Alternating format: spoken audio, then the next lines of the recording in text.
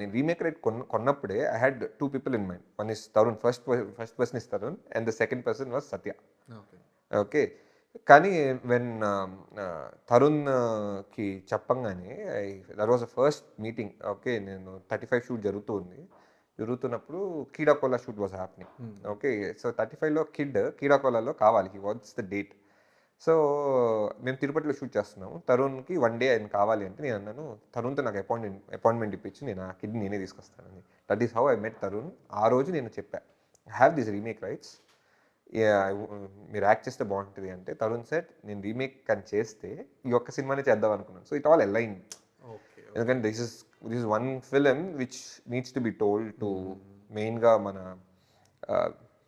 Villages, regional ఆడియన్సెస్కి వాటందరికీ this is very important for them. Okay.